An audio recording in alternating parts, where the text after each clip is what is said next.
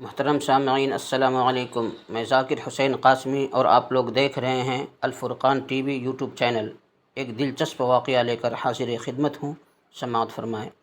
خلیفہ ہارون رشید عباسی خاندان کا 5واں خلیفہ تھا۔ عباسیوں نے طویل عرصے تک اسلامی دنیا پر حکومت کی، لیکن ان میں سے شہرت صرف ہارون رشید کو نصیب ہوئی۔ ہارون رشید کے دور میں ایک بار بہت بڑا قحط پڑ گیا۔ اس قحط کے اثرات سمرقند سے لے کر بغداد تک اور کوفہ سے لے کر مراکش تک ظاہر ہونے لگے۔ ہارون رشید نے اس قحط سے نمٹنے کے لیے تمام تدابیریں آزما لی۔ اس نے غلے کے گودام کھول دیے، ٹیکس معاف کر دیے، پوری سلطنت میں سرکاری لنگر خانے قائم کر دیے اور تمام امراء اور تاجروں کو متاثرین کی مدد کے لیے موبلائز کر دیا۔ لیکن اس کے باوجود عوام کے حالات ٹھیک نہ ہوئے۔ ایک رات ہارون رشید شدید ٹینشن میں تھا، اسے نیند نہیں آ رہی تھی۔ ٹینشن کے اس عالم میں اس نے اپنے وزیر اعظم یحییٰ بن خالد کو طلب کیا۔ یحییٰ بن خالد ہارون رشید کا استاذ بھی تھا، اس نے بچپن سے بادشاہ کی تربیت کی تھی۔ ہارون رشید نے یحییٰ بن خالد سے کہا، استاذ محترم، آپ مجھے کوئی ایسی کہانی، کوئی ایسی داستان سنائیں جسے سن کر مجھے قرار آ جائے۔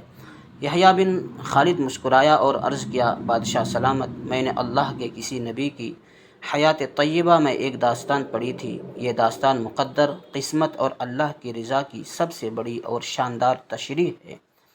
آپ اگر اجازت دیں تو میں وہ داستان آپ کے سامنے دہرا دوں۔ بادشاہ نے بے چینی سے فرمایا، یا استاذ فوراً فرمائیے، میرے جان حلق میں اٹک رہی ہے۔ یحییٰ بن خالد نے عرض کیا، کسی جنگل میں ایک بندریا سفر کے لیے روانہ ہونے لگی۔ اس کا ایک بچہ تھا، وہ بچے کو ساتھ نہیں لے جا سکتی تھی۔ چنانچہ وہ شیر کے پاس گئی اور اس سے عرض کیا، جناب آپ جنگل کے بادشاہ ہیں، میں سفر پر روانہ ہونے لگی ہوں، میری خواہش ہے آپ میرے بچے کی حفاظت اپنے ذمہ لے لیں۔ شیر نے حامی بھر لی۔ بندریا نے اپنا بچہ شیر کے حوالے کر دیا۔ شیر نے بچہ اپنے کندھے پر بٹھا لیا۔ بندریا سفر پر روانہ ہو گئی۔ اب شیر روزانہ بندر کے بچے کو کندھے پر بٹھاتا اور جنگل میں اپنے روزمرہ کے کام کرتا رہتا۔ ایک دن وہ جنگل میں گھوم رہا تھا کہ اچانک آسمان سے ایک چیل نے ڈائی لگائی، شیر کے قریب پہنچی، بندریا کا بچہ اٹھایا اور آسمان میں گم ہو گئی۔ شیر جنگل میں بھاگا دوڑا، لیکن وہ چیل کو نہ پکڑ سکا۔ یحییٰ بن خالد رکا، اس نے سانس لیا اور خلیفہ ہارون رشید سے عرض کیا کہ بادشاہ سلامت۔ چند دن بعد بندریا واپس آئی اور شیر سے اپنے بچے کا مطالبہ کر دیا۔ شیر نے شرمندگی سے جواب دیا، تمہارا بچہ تو چیل لے گئی ہے۔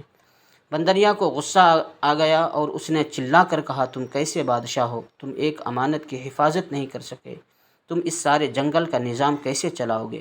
شیر نے افسوس سے سر ہلایا اور بولا، میں زمین کا بادشاہ ہوں، اگر زمین سے کوئی آفت تمہارے بچے کی طرف بڑھتی تو میں اسے روک لیتا، لیکن یہ آفت آسمان سے اتری تھی اور آسمان کی آفتیں صرف اور صرف آسمان والا ہی روک سکتا ہے۔ یہ کہانی سنانے کے بعد یحییٰ بن خالد نے ہارون رشید سے عرض کیا، بادشاہ سلامت، قحط کی یہ آفت بھی اگر زمین سے نکلی ہوتی تو آپ اسے روک لیتے۔ یہ آسمان کا عذاب ہے، اسے صرف اللہ تعالیٰ روک سکتا ہے، چنانچہ آپ اسے رکوانے کے لیے بادشاہ نہ بنیں، فقیر بنیں، یہ آفت رک جائے گی۔ دنیا میں آفتیں دو قسم کی ہوتی ہیں، آسمانی مصیبتیں اور زمینی آفتیں۔ آسمانی آفت سے بچنے کے لیے اللہ تعالیٰ کا راضی ہونا ضروری ہوتا ہے، جبکہ زمینی آفت سے بچاؤ کے لیے انسانوں کا متحد ہونا، وسائل کا بھرپور استعمال اور حکمرانوں کا اخلاص درکار ہوتا ہے۔ یحییٰ بن خالد نے ہارون رشید کو کہا تھا، بادشاہ سلامت، آسمانی آفتیں اس وقت تک ختم نہیں ہوتی جب تک انسان اپنے رب کو راضی نہیں کر لیتا۔ آپ اس آفت کا مقابلہ بادشاہ بن کر نہیں کر سکیں گے، چنانچہ آپ فقیر بن جائیں، اللہ کے حضور گر جائیں، اس سے توبہ کریں، اس سے مدد مانگیں۔ دنیا کے تمام مسائل اور ان کے حل کے درمیان صرف اتنا فاصلہ ہوتا ہے جتنا ماتھے اور جائے نماز میں ہوتا ہے، لیکن افسوس، ہم اپنے مسائل کے حل کے لیے 7 سمندر پار تو ہو جا سکتے ہیں، لیکن ماتھے اور جائے نماز کے درمیان موجود چند انچ کا فاصلہ طے نہیں کر سکتے۔ محترم سامعین، نہایت ہی سبق آموز ہیں، امید ہے آپ لوگ اس سے بہت متاثر ہوں گے، اور اخیر میں آپ لوگوں سے مؤدبانہ عاجزانہ درخواست ہے کہ ایسے ہی مزیدار واقعات اور کہانی سننے کے لیے، سبق آموز واقعات سننے کے لیے اس چینل کو ضرور سبسکرائب کریں اور شیئر کریں، اور ہمارا اس مشن میں ساتھ دیں۔ اللہ ہم سب کی محنت کو قبول فرمائے اور ہماری زندگیوں میں سکون، اطمینان، چین، راحت نصیب فرمائے۔ آج بس اتنا ہی۔